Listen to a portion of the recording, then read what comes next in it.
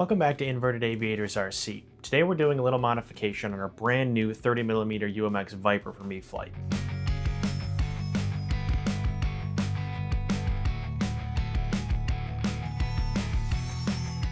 As you probably know, Spektrum's been pushing their new G2 battery connectors onto all of their planes and batteries. And while I see the idea behind the connector with integrated balance charging and telemetry, I don't like that it's completely incompatible with older balance chargers.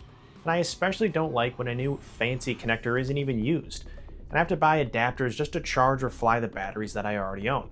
So today, we're going to fix this problem at the source and install a standard battery connector that actually makes sense. Let's get into it.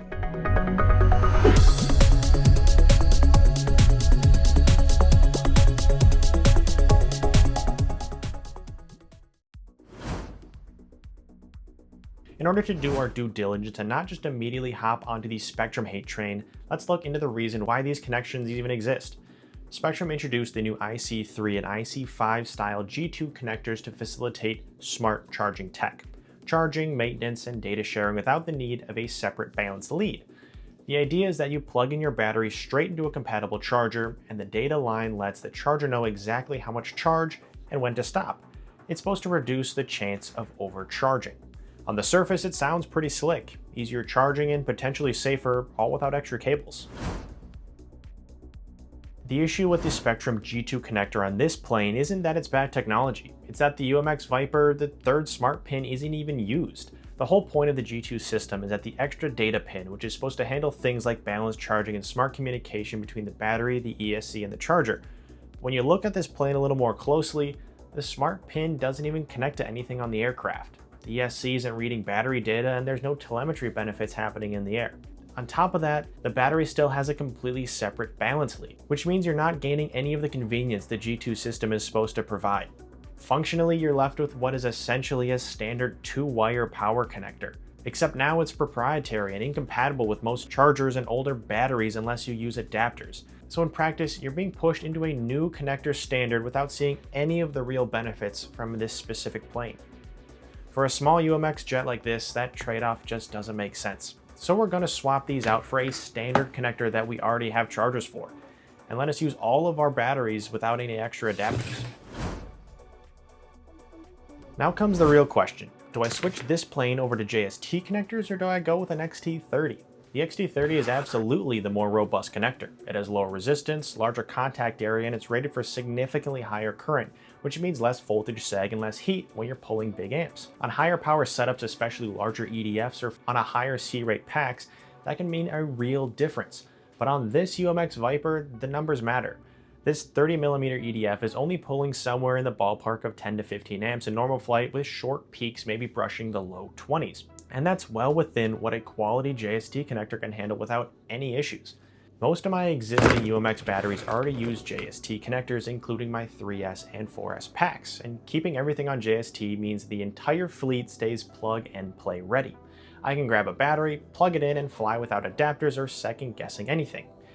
Yes, the JST has higher resistance than the XT30, but at these current levels, the difference in voltage drop is small enough that you're not going to really feel it in the air.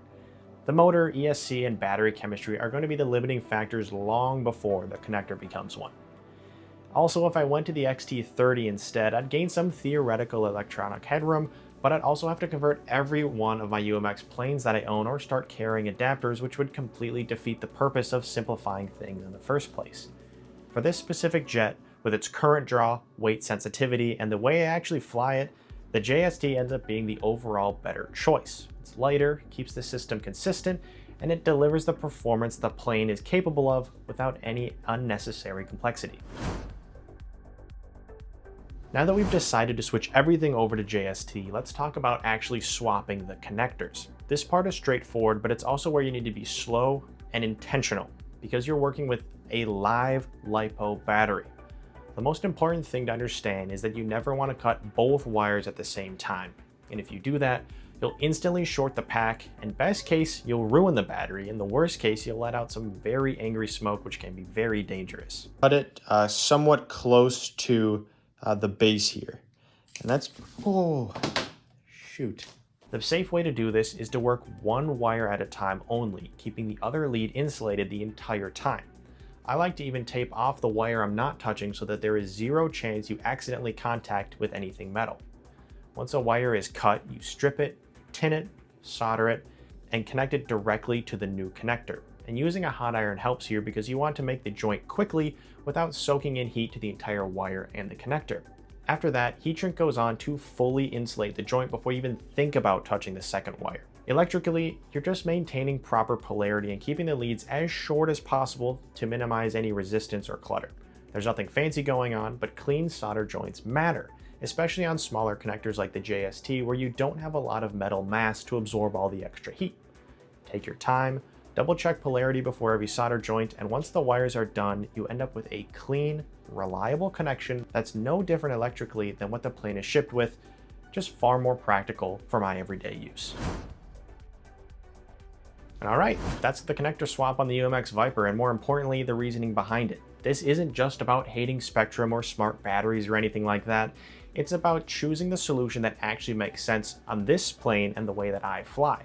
On a setup like this, keeping things simple, consistent, and reliable ends up being way more valuable than sticking with a connector that doesn't provide any of the benefits that it's supposed to offer. And now that everything's connected over to JST, I can grab any one of my existing batteries, plug it in, and go fly without any adapters or extra steps, which is exactly how these tiny UMX planes should be. It's a small change, but it removes friction, and those little quality of life improvements really add up over time. If you found this helpful or you're dealing with the same G2 connection situation on one of your planes, hopefully this gives you a clear way to think through the decision for yourself.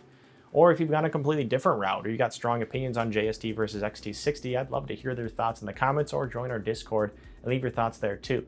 As always, thank you so much for watching, and make sure you subscribed if you want to see more RC mods, experiments, deep dives, and a whole lot more fun things. And if you love how this stuff is going, feel free to become a member because it's really fun. It helps our channel and you get a whole lot of things as well. This has been Inverted Aviators RC, and thank you so much for watching.